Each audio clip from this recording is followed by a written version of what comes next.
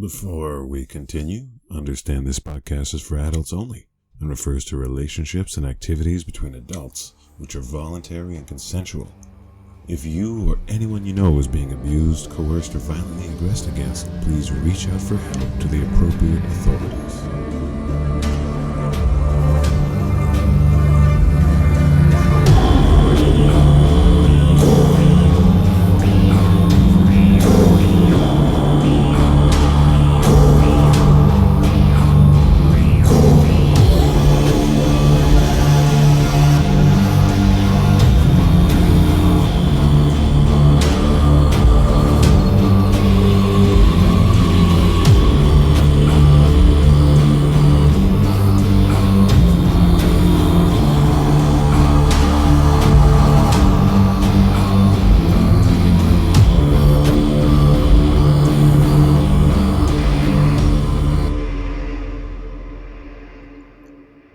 Hello and welcome. Gorean Voice Episode 19, Hand Signals and Wordless Commands. Good morning all. On this happy Sunday morning I'd like to talk about hand signals, wordless commands, and other means of transmitting orders to one's slave girl, and occasionally in the reverse, a silent means by which such a lovely collared creatures may humbly request a particular something from their owners. The books have several examples of gestures used as commands, though it rarely describes the gestures explicitly, usually just narrating that the character, he gestured for her to come and serve him, and she did, in the manner of the Gorean slave girl. On occasion, gestures are described in detail, such as the leading position, snapping one's fingers and placing his hand on his right hip, a command for which the slave girl must humbly crouch and bring her head to the man's hip such that he may easily grasp her hair and lead her at his pleasure by it. I believe one of the books also mentions that women are helpless in this position. Maybe so. It's still a whole lot of fun to do. Now, I have heard that some large proportion of communication is nonverbal. Funny thing is, I don't remember who said it, or the tone of their voice, their body posture, etc.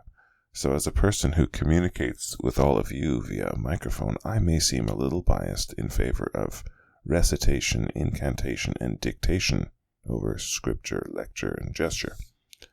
Still, there is so much information and emotion that may be conveyed non-verbally, especially between intimate partners, people pursuing intimacy.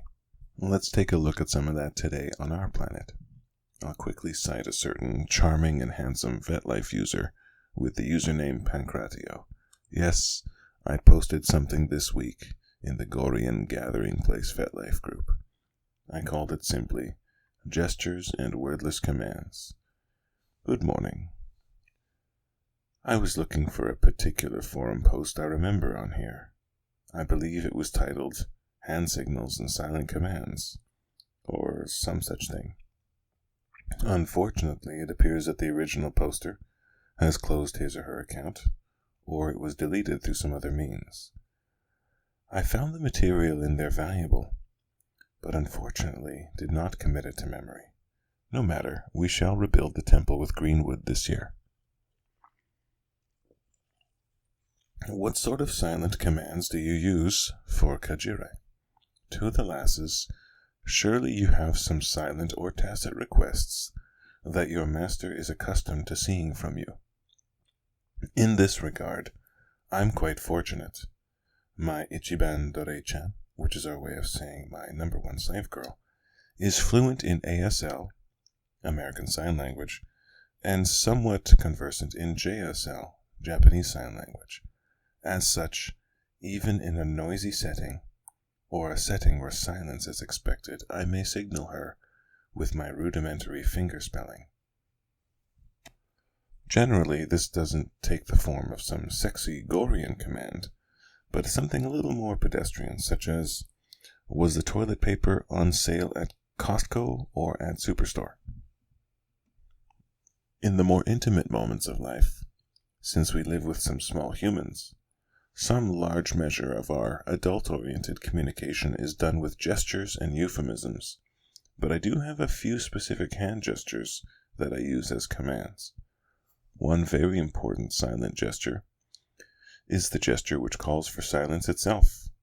In our case, this is an open hand, with fingers straight and together, palm facing forwards and down, not unlike the placid gestures that the gurus of the religion of the five-rivered part of the subcontinent allegedly make when they posed for artists centuries ago. I usually accompany it with a stern but pacific expression. Now we also have a gesture which is a snap, and me indicating the ground at my feet. This usually means to kneel there and attend to my footwear. When in such a position, we have a few light, pet play type gestures which basically amount to shake a paw, other paw, both paws. In public, my outstretched pinky finger is a command to grasp it with her nearest hand, and the hang loose hand position means for her to grasp my pinky and forefinger with both hands, virtually handcuffing her. While not strictly silent, I also employ a summoning whistle sequence in public. It's basically fifth root and octave fourth. Do you use anything like these? And that's the end of the post. It's a fairly fresh post, so there's not much for replies yet. The Gore books indicate that there are a variety of fairly well standardized or widely understood silent commands which kajira are expected to know, in the same way that military personnel are to understand the difference between standing at attention and being at ease. I'll give you a clue. At ease isn't what it sounds like. The book even mentions several instances where a slave girl who is trying to pass for a free woman by dressing herself as such instinctively obeys some silent or wordless command, giving away her true identity in the process. So thorough is the training and indoctrination that kajira are subjected to. There is also a mention in the books of a woman who is not yet a slave, inadvertently adopting the posture or gesture associated with a given silent or wordless command in the presence of a man whose collar she'd like to be in. It somewhat reminds me of my favorite episode of the sitcom My Three Sons, titled Robbie and the Slave Girl, in which the girl's life is saved in a rather contrived situation by the boy she just happens to have a crush on. She immediately exclaims that by her culture's customs, she owes him a life debt, starts to call him master, and serve him in all manners of ways, suitable for a primetime sitcom in 1966. I suppose that women, whether on Gore or in American TV land, want to wiggle themselves into a collar, and are willing to help make that happen if a suitable collar isn't forthcoming.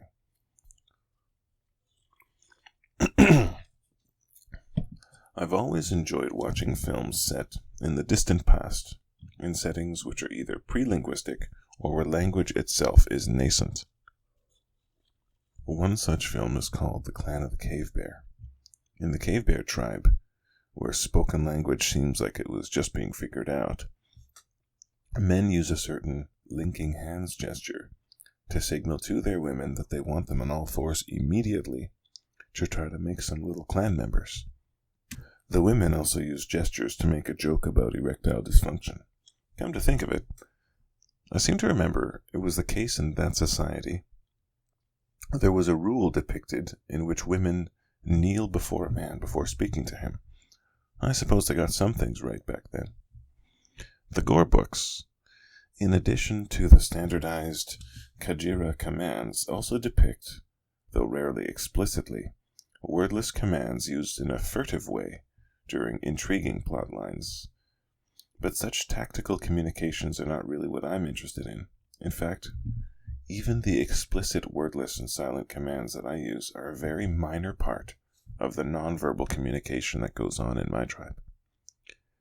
The most important side of the nonverbal communication is the thousands of micro-gestures and micro-expressions that occur throughout the day. The look in the eyes. For instance, During quiet moments, does your woman look at you with love in her eyes, or with some species of contempt or annoyance? Do her eyes still look up to yours as pools of admiration, or do they attempt to direct and command you?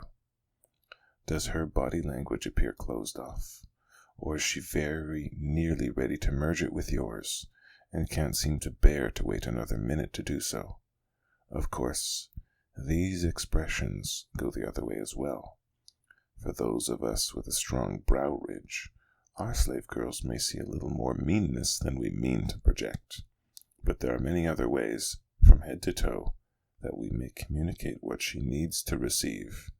It's not accommodative, groveling, yes dear communication that she needs. She needs every part of your body to radiate, quote, I'm here, I'm solid, and you're safe with me.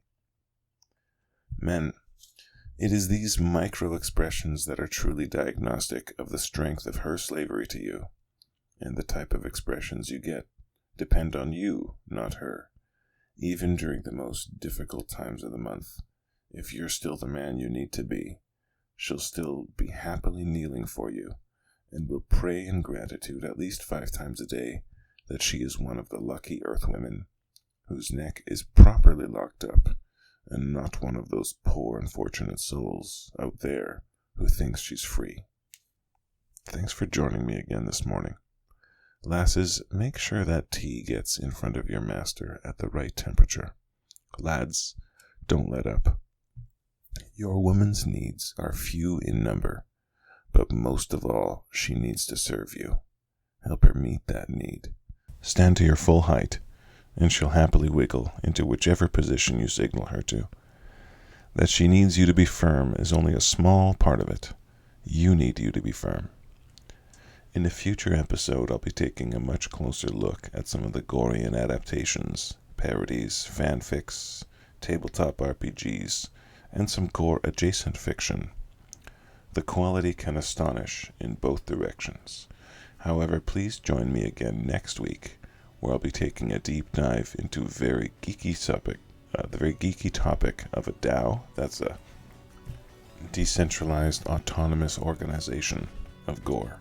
Yes, perhaps the way that Gore and other heterodox but voluntary polities will be ultimately realized on Earth will be by way of blockchain.